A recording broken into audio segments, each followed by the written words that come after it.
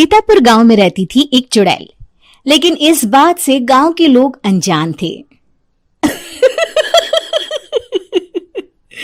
जब तक पूरे गांव की एक एक औरत के गहने मेरे पास नहीं आ जाते, मैं इस गांव को छोड़कर नहीं जाऊंगी, चाहे इसके लिए मुझे लोगों को गायब भी क्यों ना करना पड़े। दूसरी तरफ गांव की औरतें बात कर रही थी। अरे सुन रही हो, ये देखो, मैंने कल ही नया हार बनवाया है सोने का, कैसा लग रहा है? बहुत ही अच्छा है ना। पहले तुम पहनो, फिर शादी में अपनी होने वाली बहू को दे देना। और क्या, सोने चांदी का यही तो फायदा है, जितना पुराना उतना महंगा। लेकिन एक एक पैसा बचाकर ये लेना सच में बहुत मुश्किल हो रहा था मेरे लिए। तभी वहां पहली का पति आ जाता है। गांव में एक औरत के घर के सोने के सारे गहने चोरी हो गए। लोग बातें बना रहे कि गांव में कोई चोर घुस आया है जो घर की कोई चीज को हाथ नहीं लगाता, पर सिर्फ सोने के गहनों को ही चुराता है। अब तुम ना अपने ये गहने संभाल कर रखना। हे भगवान, ये क्या बोल रहे हैं?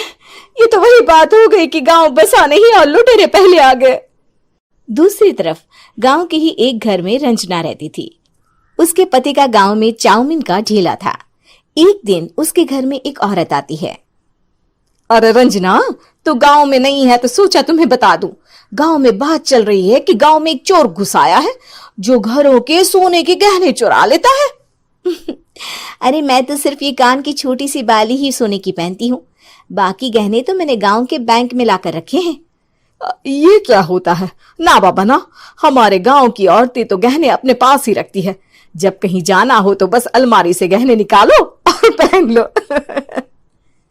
दूसरी तरफ एक औरत हाथ में टोटके वाली छोटी सी गुड़िया लेकर घर में चली आती है। अरे कोई है? घर की औरत है क्या? क्या है ये गुड़िया? ये कोई ऐसी वैसी गुड़िया नहीं है, ये जादुई गुड़िया है। इसको घर की अलमारी में रखना। अगर तुम्हारे घर पर किसी की बुरी नजर होगी तो रात भर में ये पतली सी गुड़िया मोटी हो जाएगी। मैं कल आकर ये गुड़िया ले जाऊंगी और तुम्हारे घर की सारी बुरी नजर छूट जाएगी, समझी? अरे वाह, ये तो बहुत कमाल की गुड़िया है, दे दो। कितने की है एक? अरे नहीं नहीं नहीं, ये फ्री की है। मेरा काम इस पूरे गांव को बुरी नजर से दूर रखने का है। हाँ। भली औरत उसके हाथ से वो गुड़िया लेकर अलमारी में रख देती है।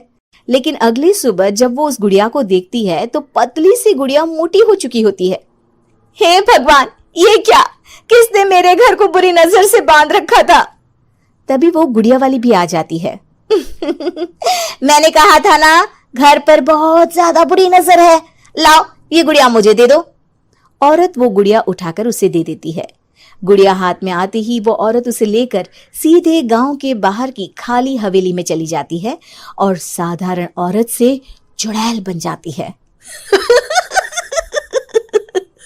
अरे पगली, गांव वाली इस गुड़िया के पेट में तेरे घर के सारे गहने हैं। इतना बोलकर वो गुड़िया को फाड़ देती है और सारे गहने निकाल लेती है। वहीं दूसरी तरफ, हे भगवान, मेरे घर के सारे गहने चोरी हो गए। उस औरत के घर के आसपास लोगों का जमावड़ा हो जाता है और लोग बातें करने लगते हैं। लो जी, ये भी घर गया।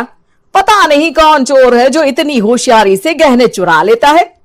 कुछ समझ में नहीं आ रहा कि कौन है। लोग तो घर से कहीं जाते भी नहीं है, न ताला लगे न घर खाली हो, फिर भी रातों रात गहने चोरी हो जाते हैं। अरे हम तो कहते हैं लोगों को बारी बारी चौकीदारी करनी चाहिए, चोर को तो पूरे गांव वाले मिलकर पकड़ ही लेंगे। लोग बारी बारी घरों की चौकीदारी भी करते हैं, लेकिन चोरी होने का सिलसिला रुकता ही नहीं। फिर एक दिन रंजना के पड़ोस से भी रोने की आवाज आती है।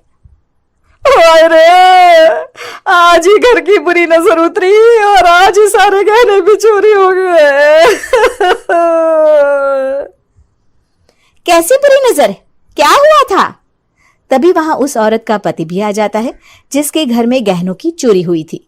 हाँ, मेरी बीवी ने भी किसी गुड़िया को घर में बुरी नजर उतारने के लिए रखा था, लेकिन अगले दिन गहने चोरी हो गए।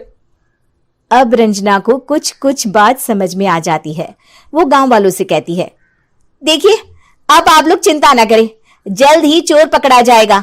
उस नजर उतारने वाली गुड़िया को आज मेरे घर कोई भेज देना। फिर क्या था, चुड़ैल को लोग रंजना के घर भेजते हैं। पहली बार देखा है कोई खुद लुटने को तैयार बैठा है। तो तू है जिसे घर की बुरी नजर उतारनी है? ये ले गुड़िया, ये सुबह तक मोटी हो गई तो समझो तुमको और तुम्हारे घर वालों को नजर लगी है। हाँ हाँ, मैंने काफी सुना है। तुम ये गुड़िया मेरे घर छोड़ देना।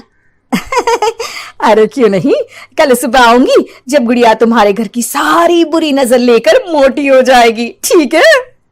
अब क्या था, रात को रंजना ने पूरी नजर गुड़िया पर रखी। वो अपने पति और गांव के कुछ लोगों को घर की खिड़की से घर के अंदर नजर रखने को कह देती है, और फिर जो नजारा सब देखते हैं वो हैरान करने वाला होता है। गुड़िया धीरे से अलमारी खोलकर बाहर आती है। अलमारी के सारे गहने लेकर घर में जहां जहां गहने होते हैं वो लेकर अपने मुंह से खा जाती है। वो जितने गहने खाती उतनी ही मोटी हो जाती और फिर अलमारी में बंद हो जाती है। गांव वाले डर के मारे वहीं बेहोश हो जाते हैं। लेकिन सुबह जब वो औरत गुड़िया लेने आती है, रंजना उसका सामना करती है। ये देखो गुड़िया कितनी मोटी हो गई है, लगता है मेरे घर में बहुत लोगों की नजर लगी है। लाला ये गुड़िया मुझे दे दे, अरे बहुत कीमती गुड़िया है ये। तेरे घर की सारी बुरी नजर मैं गांव के बाहर वाली हवेली में फेंक आती हूँ।